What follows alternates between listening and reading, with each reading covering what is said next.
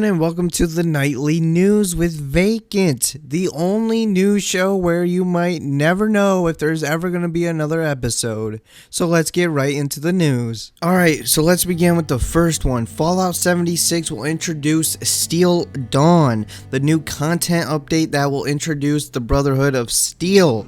And, you know, the game that the Brotherhood of Steel aren't even supposed to be in that area, but who cares at this point? We all know they messed up.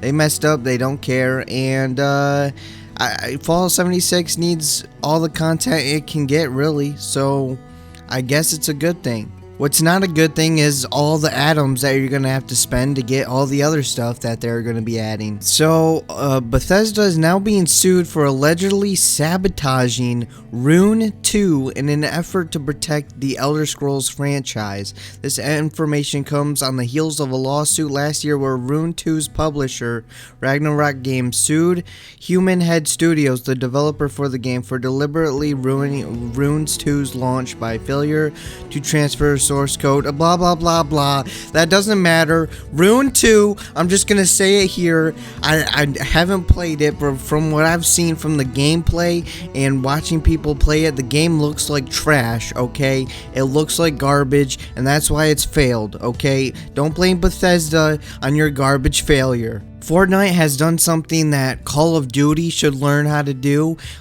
because apparently Call of Duty doesn't know how to do this, but Fortnite on PC is now over 60 gigabytes smaller thanks to Epic optimization. The file size was reduced from nearly 100 gigabytes to under 30 gigabytes, and that's just a good thing. I feel like every single game should do that, you know, try to get the file size as small as possible, especially Call of Duty, since the game is almost 300 gigabytes.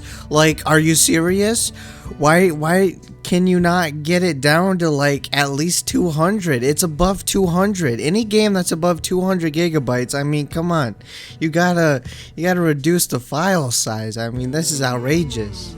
In fact, they even mention it right here, or some extra breathing room in the event you have the monstrous Call of Duty Modern Warfare / Warzone installed, because everyone knows that game takes up massive amounts of space. Call of Duty has a Halloween event that they add Jigsaw and Texas Chainsaw Massacre skins. They made the map dark. They added like a zombie royale mode, and it's cool for the most part. The skins are cool, but I'm just gonna say it. I don't know. I don't think I would ever spend $24 on a skin, okay? I'm not gonna buy Jigsaw skin for $24 and then Leatherface skin for another $24. Like, that's almost the price of just buying the next Call of Duty. I think I'll pass. So apparently the next gen consoles are pretty powerful, right? The Xbox Series X and PlayStation 5.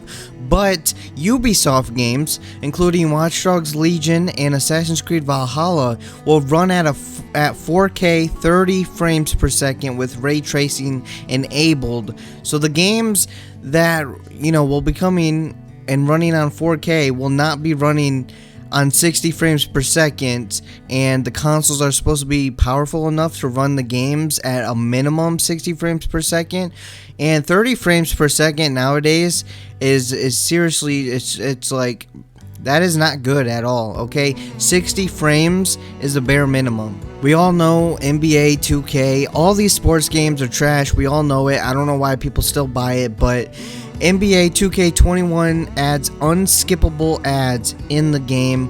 2K once more in hot seat with fans. I mean, they're adding ads in the middle of your games that you pay $60 for, which, by the way, they're going to start charging $70 for NBA 2K20 or NBA sports games, whatever, basketball games.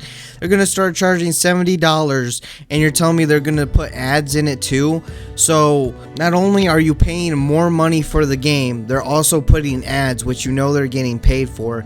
And so all these people that try to support this like price increase on games, Look at what they're doing to these games. Not only are there more microtransactions than there have ever been, there's DLC, there's microtransactions, the games are going to be $70, and they're wanting to put ads in the game. I mean, they are some greedy idiots here, okay, at these companies. And anyone that's trying to defend the price increase, please just look at the information on what's happening with these games, and then, you know, decide where to go from there.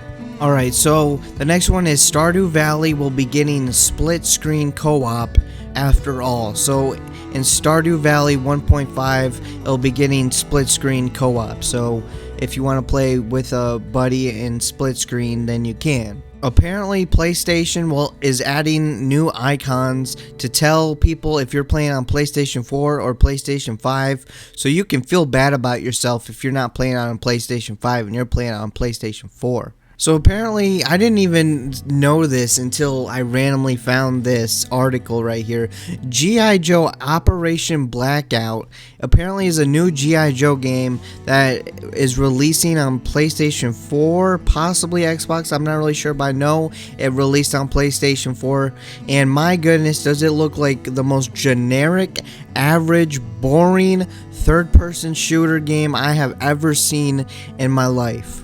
And if you watch this video, watch some gameplay on this game, the sounds for the game are terrible, the AI is terrible, the characters feel stiff to me, and it just, nothing about it looks interesting at all. Alright, so this one is a little bad thing.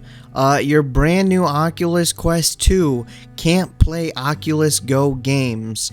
So I don't have an Oculus, I don't know what Oculus games the games are, but if you have an Oculus Quest 2, you can't play Oculus Go games, which doesn't really make that much sense. So yeah, that just seems really stupid. I can't even figure out a single reason why that's the case.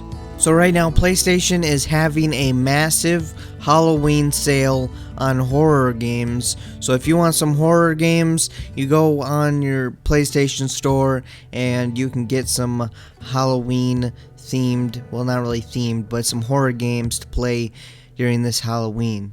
Some of the games that are on sale are Alien Isolation, Blair Witch, Bloodborne, Dark Cloud, Darksiders, Days Gone, and Death's End, Death Stranding.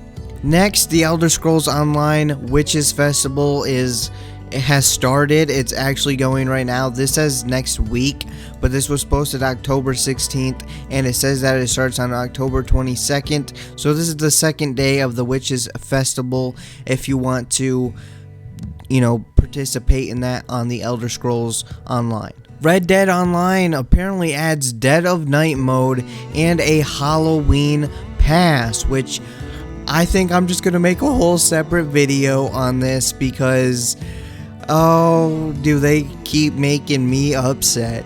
Last but not least, GameStop will reportedly get a cut of Xbox games even if you're not buying from GameStop. So Microsoft and GameStop entered an agreement or something, so GameStop gets a certain portion of the money from digital sales on Xbox games, Xbox Live, and Xbox Game Pass, apparently. So that's kind of weird, but yeah, it doesn't really make any sense. I don't know why people just don't let GameStop die already, but I guess Microsoft sees something in GameStop and they want to keep it alive. Anyways, that's going to be it for this episode of the Nightly News with Vacant, so I hope you guys enjoyed it. If you did, make sure to hit that like button, leave a comment below, tell me what you guys think, and if you haven't already, hit that subscribe button because you want to be subscribed, and I will see you guys next time.